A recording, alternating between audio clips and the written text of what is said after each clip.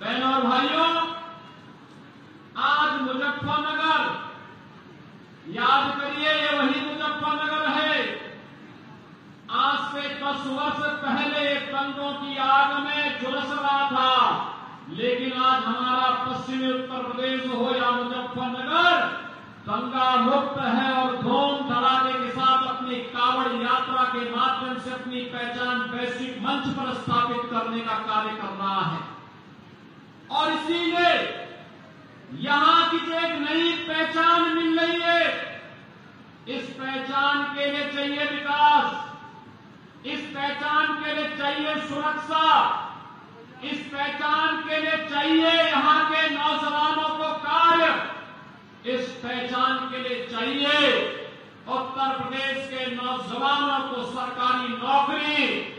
और याद करिए 2017 के पहले जब सरकारी नौकरी निकलती थी तो मुजफ्फरनगर जनपद को, शामली को, सहारनपुर को, मेरठ को उससे बाहर कर दिया जाता था।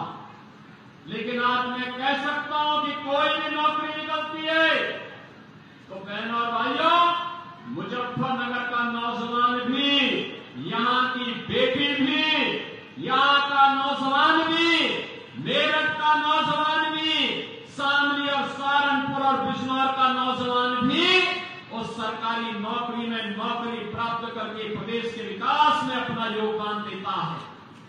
बहनों भाइयों, हमने 2 वर्ष का लक्ष्य रखा है। अगले 2 वर्ष में 2 लाख नौजवानों को सरकारी नौकरी देनी है और जिसमें पहली नौकरी की खेप आपको निकल रही है कल से। याद करिए, कल 23 को, 24 को, 25 अगस्त को, फिर 30 और 31 अगस्त को हम लोग 60,000 से अधिक पुलिस कार्मिकों की भर्ती करने जा रहे हैं। और मैं आप सभी नौजवानों से कहूंगा, इस भर्ती की प्रक्रिया में भाग लीजिए। कोई माई का लाल आपकी योग्यता पर प्रश्न नहीं खड़ा कर पाएगा। अगर किसी ने खड़ा किया तो उसके लिए उत्तर प्रदेश सरकार ने जेल के रास्ते खोले हुए हैं। जो नौजवानों के भरोसे के साथ खिलवाड़ करेगा उसकी संपत्ति को जब्त करेंगे और उस संपत्ति को गरीबों में बांटने का कार्य भी करने का कार्य हमारी सरकार करने जा रही है। बहनों भाइयों, एक तरफ 2 लाख नौजवानों के लिए नौकरी और दूसरी तरफ याद करिए 2017 के पहले क्या होता था। 2017 के पहले दंगे होते थे, गुंडागर्दी होती थी, न बेटी सुरक्षित थी, न व्यापारी का सम्मान था, न अन्नदाता किसान को योजना का लाभ मिलता था, न किसी प्रकार की कोई योजना का लाभ मिल पाता था। आज तो मैं कह सकता हूं, जब मैं आपके पास आया हूं तो आज मैं घोषणा करने की स्थिति में हूं कि बेटी भी सुरक्षित रहेगी, व्यापारी का सम्मान भी होगा, अन्नदाता किसान को सिर माथे पर बिठा करके उसको शासन की योजना का लाभ भी मिलेगा। और मोराना चीनी मिल को सुंदरीकरण, विस्तारीकरण की योजना के साथ जोड़ने के लिए, आपको आश्वस्त करने के लिए भी आज मैं आपके पास आया हूं। हमने पैसा रख दिया है, ऐसे ही जैसे हम लोगों ने यहां की अन्य चीनी मिलों के लिए ठोस कार्य योजना बनाकर के हम लोग आगे बढ़े थे। बहनों भाइयों, जो कार्य हमारी सरकार ने छपरौली में किया, जो कार्य हम लोगों ने नजीमाबाद में किया, वही कार्य मोराना के लिए लेकर के आए हैं हम लोग। और मोराना में भी एक बेहतरीन चीनी मिल हम आपको देकर के यहाँ के अन्नदाता किसान को समय पे उसके गन्ना मूल्य का भुगतान हो सके, यह सुनिश्चित करने की योजना बना रहे हैं। बहनों भाइयों, कहने की आवश्यकता नहीं, ये बहुत कम क्षेत्रों को सौभाग्य मिलता है कि वे अपने पौराणिक स्थलों के साथ जुड़ सके। याद करिए 2017 के पहले समाजवादी पार्टी की सरकार थी, तब यहां दंगे होते थे, गुंडागर्दी होती थी, पहचान का संकट था। आज पहचान का संकट नहीं है। आज तो गुड़ मिठास मुजफ्फरनगर के माध्यम से दुनिया के बाजारों में देखने को मिल रही है। लेकिन साथ साथ सुख तीर्थ विकास परिषद के माध्यम से आपकी पहचान को वैश्विक मंच पर ले जाने के लिए और मां गंगा की धारा को सुख तीर्थ में फिर से लाने का कार्य हमारी सरकार ने किया है, डबल इंजन की सरकार ने किया है। आज तो मोदी जी के नेतृत्व में भारत दुनिया की एक ताकत बन रहा है, सुरक्षा का बेहतर माहौल मिल रहा है, कांवड़ यात्रा भी चल रही है, सुरक्षा का कोई इश्यू नहीं है, पर्व और त्योहार शांतिपूर्ण तरीके से मनाए जा रहे हैं। लेकिन मैं पूछना चाहता हूं, जिन लोगों ने झूठ बोल करके आपके सामने आकर के तमाम बातें कही थी, 1 लाख रुपए का बॉन्ड भरवाया था, क्या हुआ उस 1 लाख रुपए का? मैं पूछना चाहता हूं, मैं तो आज ये अनिल कुमार, सोमेंद्र तोमर और कपिल देव अग्रवाल जी ने, यहाँ की भाजपा और लोकदल की टीम ने जो प्रस्ताव विकास के भेजे थे और उन सभी योजनाओं को स्वीकृति करके आज उसके लिए मैं यहाँ आपके पास आऊं। ये पत्थर लगे हैं सबके, कहीं सड़क का है, कहीं पुल का है, कहीं मिनी स्टेडियम का है और कहीं पे अन्य किसी कार्य का है। उसके लिए हम तो पैसा लेके आए हैं, हम विकास लेकर के आए हैं, सुरक्षा का बॉर्डर देने के लिए आए हैं, हमने दिया है तब हम कह रहे हैं। लेकिन समाजवादी पार्टी का मॉडल क्या है? ये उनका मॉडल वही है जो आपने अभी कन्नौज में नवाब ब्रांड देखा है। वो देखा नहीं उनके पार्टी का एक नेता कैसे वहां पर वहां की बेटी के साथ किस प्रकार का व्यवहार कर रहा है, कैसे वहां उनकी पार्टी का नेता मोइन खान अयोध्या में एक निषाद बेटी के साथ किस प्रकार का व्यवहार करता है और कैसे इनके द्वारा लखनऊ में, इनके नेताओं के द्वारा लखनऊ में एक बेटी के साथ दुर्व्यवहार करने का दुस्साहस किया जाता है और जब उस पर कार्रवाई होती है तो समाजवादी पार्टी के मुखिया बड़ी बेशर्मी के साथ उन दुष्कर्मियों के साथ खड़े होते हुए दिखाई देते हैं। बहनों और भाइयों, जो समाज अपनी बेटी और अपनी बहनों की रक्षा नहीं कर सकता उसका कोई भविष्य नहीं होता है और इसीलिए तो हम लोग आए हैं। बेटी भी सुरक्षित रहेगी और व्यापारी का सम्मान भी होगा, कोई उस पर आंच नहीं आने दी जाएगी, कोई आंच नहीं आने दी जाएगी। और मैंने जो पहले भी कहा था कि बेटी की सुरक्षा के साथ कोई खिलवाड़ करेगा तो अगले चौराहे पर उसका इंतजार कोई यमराज ही करना होगा, उसके अलावा कोई उसका दूसरा चारा नहीं होगा। और आज मैं इसीलिए आपसे कहने के लिए आया हूं। 38 मार्गों का प्रस्ताव हमारे मंत्री अनिल कुमार ने, कपिल देव अग्रवाल ने, सोमेंद्र तोमर और केपी मलिक ने हमें दिया। हमारा जिलाध्यक्ष यहां के श्री सुधीर सेनी और संदीप मलिक ने ये प्रस्ताव हमारे पास उपलब्ध करवाए। तो मेरे लिए आवश्यक इसलिए भी था, आपने चंदन चौहान को सांसद बनाया है तो उसके प्रति आपके लिए कृतज्ञता ज्ञापित करने के लिए धन्यवाद ज्ञापित भी कर सको और विकास की योजना का सौगात भी आपको दे सकूं कि आपने दिया है, तो उसको उस ऋण से ऋण होने के लिए आज हम सब आपके पास आए हैं। ये विकास होगा, यहाँ के लिए एक मिनी स्टेडियम भी हम बनाने जा रहे हैं। हमारा नौजवान, आज आप देख रहे होंगे, हमने पारुल चौधरी को डिप्टी एसपी की सीधी नौकरी दी है ना, क्योंकि उन्होंने कॉमनवेल्थ गेम्स में भारत के लिए गोल्ड मेडल जीता। लेकिन हमारे नौजवानों के पास ऊर्जा है, प्रतिभा है, उसके लिए इस प्रकार का प्लेटफॉर्म चाहिए, प्लेटफॉर्म के लिए स्टेडियम चाहिए, खेल के मैदान चाहिए। और आज हम मीरापुर विधानसभा क्षेत्र को भी एक स्टेडियम देने जा रहे हैं, उसका शिलान्यास भी आज यहाँ पे होने वाला है।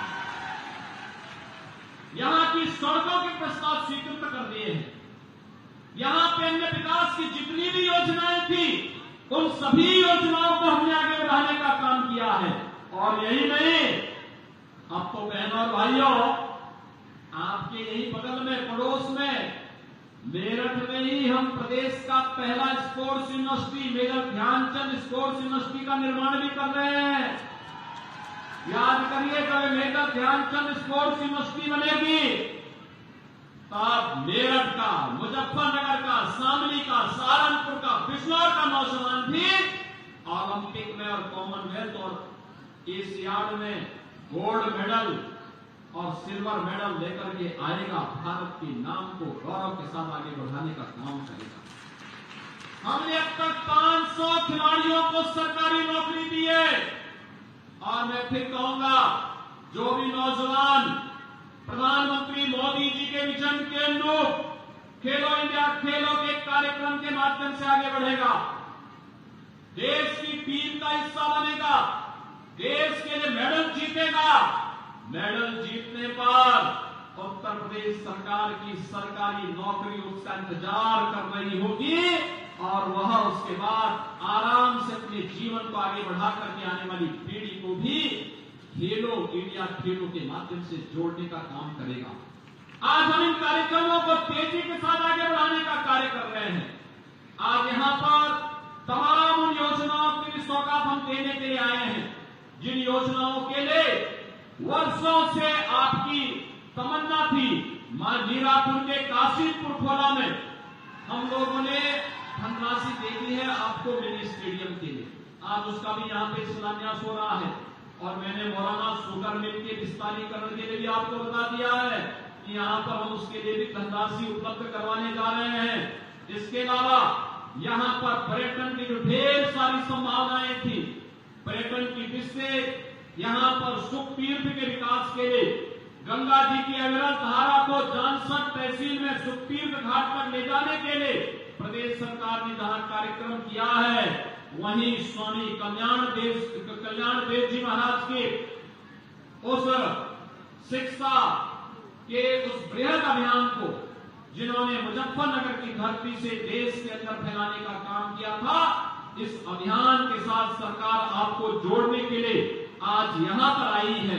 बहनों और भाइयों, हमारे पास एक बृहद कार्य योजना है, विकास की भी, सुरक्षा की भी, रोजगार की भी, स्वावलंबन की भी, और उसका एक नमूना आपने यहां पर देखा होगा। मैं बार बार कहता हूं उत्तर प्रदेश इस बारे में सौभाग्यशाली है कि उत्तर प्रदेश के पास देश का सबसे अच्छा, सबसे ज्यादा युवा है और उत्तर प्रदेश देश का सबसे युवा राज्य भी है, क्योंकि सबसे अधिक युवा हमारे पास है। इस युवा ऊर्जा का लाभ हमें लेना है प्रदेश के विकास के लिए। इसके लिए यहां पे रोजगार का सृजन करना, ये रोजगार मेला जो कंपनियां आई है, 50 से अधिक कंपनियां आई है, 5000 से अधिक नौजवानों को मैं देख रहा था, नौजवानों के चेहरे पर एक खुशी थी। किसी ने ITI कर रखा है, किसी ने पॉलिटेक्निक किया है, किसी ने कोई डिग्री ली है और वह चाहता है कि उसके गांव में, उसके जनपद में उसको नौकरी मिले। व्यवसायिक शिक्षा विभाग के मंत्री आपके इसी जनपद से श्री कपिल देव अग्रवाल जी, और मैं धन्यवाद दूंगा व्यवसायिक शिक्षा विभाग को। इन्होंने 150 ITI वर्ल्ड क्लास की बनाने का कार्य प्रारंभ किया और लगभग वे पूरे हो गए हैं। यानी उन ITI के जिस स्टेट में कोई नौजवान सर्टिफिकेट लेगा उसके लिए नौकरी की कमी नहीं होने वाली है। कंपनियां जैसे वह पास आउट होगा तत्काल उसको नौकरी के लिए भी अपने साथ आबद्ध कर देंगे। और मैं धन्यवाद दूंगा श्री जयंत चौधरी जी को, जो केंद्रीय मंत्री हैं, वे अभी लखनऊ आए थे, राष्ट्रीय लोकदल के सभी जनप्रतिनिधि साथ में थे। उन्होंने कहा कि 150 ITI को आप लोग कर रहे हैं, शेष 150 ITI को आप भेजे, मैं भारत सरकार से अपने विभाग से पैसा देकर के उनको भी मैं वर्ल्ड क्लास ITI के रूप में आगे बढ़ाने का काम करता हूं। बहनों और भाइयों, इन ITI से निकले हुए नौजवान न केवल उत्तर प्रदेश के विकास के लिए बल्कि प्रधानमंत्री मोदी जी के विकसित भारत के सपने को साकार करने में अपना योगदान देंगे और ये कार्य लगातार आगे बढ़ाने का काम हो रहा है। याद करिए, पहले उत्तर प्रदेश में कोई आना नहीं चाहता, जो यहां के जो भागते थे, किराना तो आपके सामने उदाहरण है, किराना से पलायन हो रहा था, कांधला से पलायन हो रहा था। आज पहले से प्लान नहीं होता है, उद्योग यहां से भागते नहीं है। आज तो उत्तर प्रदेश में उद्योग लगते हैं, नए नए निवेश हो रहे हैं, नया नया इंफ्रास्ट्रक्चर बन रहा है। आपके लिए जेवर में भी इंटरनेशनल एयरपोर्ट बन रहा है और सहारनपुर में भी एक एयरपोर्ट का निर्माण का कार्य युद्ध स्तर पर आगे बढ़ रहा है। आपके लिए हाईवे का एक बेहतरीन नेटवर्क बन रहा है। विकास की कार्य योजना को तेजी के साथ आगे बढ़ाने का कार्य किया जा रहा है। और मैं भी देख करके आया, भगवंत इंस्टीट्यूट ऑफ इंजीनियरिंग को देख रहा था मैं, किस क्षेत्र में, ग्रामीण क्षेत्र में कितना बेहतरीन इंफ्रास्ट्रक्चर खड़ा करके टेक्नोलॉजी का, मैनेजमेंट का, प्रबंधन का इतना अच्छा केंद्र विकसित करने का काम यहां पर किया गया है। मुझे लगता है ये हमारी एक वर्तमान को बेहतर बनाने की दिशा में उठाए गए कदम का हिस्सा है और इसीलिए आज के इस अवसर पर हम लोग यहाँ पर एकत्र हुए हैं। मैं यहाँ के सभी अन्नदाता किसानों को, प्रधानमंत्री मोदी जी ने जो बात कही, बहनों और भाइयों, जो लोग बांटने का काम कर रहे हैं, ये लोग देश की तो नुकसान कर ही रहे हैं, ये दंगों की आग में फिर से झोंकने का काम करना चाहते हैं।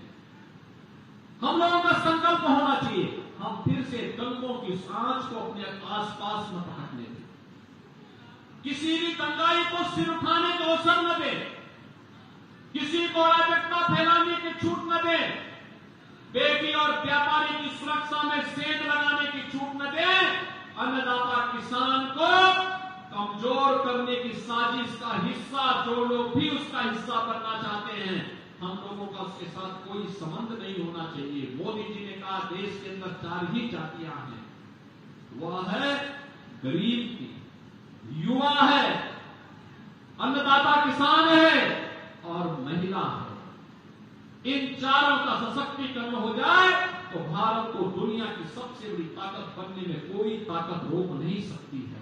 और आज उसी को जोड़ने के लिए मैं आपके पास आया हूं, आपसे कहने के लिए कि सरकार आपके साथ खड़ी है। ये डबल इंजन की सरकार आपकी आकांक्षाओं की पूर्ति के लिए पूरी प्रतिबद्धता के साथ कार्य कर रही है। ये जो मंच पर बैठे हुए जनप्रतिनिधि और पदाधिकारी है, ये आपके अपेक्षाओं को नई उड़ान देने के लिए आपका पंख भर करके कार्य करने को तैयार है, लेकिन आपका आशीर्वाद इसके लिए चाहिए। और इसके लिए मैं आपको कहने के लिए आया हूं, जो लोग आपको झूठे आश्वासन दे करके, जाति विस्मरण करके, अराजकता की भट्टी में फिर से झोंकने के लिए आपके पास आए हैं, इन लोगों से सावधान रहने की आवश्यकता है। ये लोग आपको जाति के नाम पर बांटेंगे, तमाम बातों के आधार पर बांटेंगे, लेकिन जब किसी बेटी की सुरक्षा पर खतरा आएगा तो ये लोग दुष्कर्मियों के साथ खड़े होते हुए दिखाई देंगे। हमें ऐसे लोगों को कतई स्वीकार नहीं करना है, जो हमारे विकास में बाधक हो, सुरक्षा में के लिए खतरा पैदा होते हो, जो किसान, अन्नदाता किसान के बेहतर भविष्य में बाधक हो, ऐसे लोगों को हम कतई आगे न बढ़ने दें। आज जिन नौजवानों को यहां नियुक्ति पत्र प्राप्त हो रहा है, ऐसे 5000 नौजवान, ये तो एक शुरुआत है। हमने कहा है हर तीसरे महीने इस प्रकार के रोजगार मेले लगने चाहिए। हमारी सरकार ने एक और निर्णय लिया है और वह निर्णय है 10 लाख नई एमएसएमई यूनिट लगाने के लिए पहले चरण में 5 लाख, दूसरे चरण में 10 लाख रुपए का लोन ब्याज से मुक्त देने की व्यवस्था किसी भी नौजवान को देने के लिए बृहद कार्यक्रम को आगे बढ़ाना। युवा उद्यमी, मुख्यमंत्री युवा उद्यमी के माध्यम से इस कार्यक्रम को आगे बढ़ाने जा रहे हैं और मैं मुजफ्फरनगर के युवाओं का आह्वान करूंगा, वे शुरुआत करें। आपके पास स्किल है, आपके पास कार्य करने का एक तजुर्बा है, आपके पास एक अनुभव है, उसका लाभ आप वर्तमान को दीजिए। हमारा युवा उस प्रतिभा से भरपूर है, ऊर्जा से भरपूर है, उस ऊर्जा का लाभ देंगे तो 10 लाख यूनिट 50 लाख नौजवानों के लिए रोजगार की संभावना आसानी से दे सकते हैं।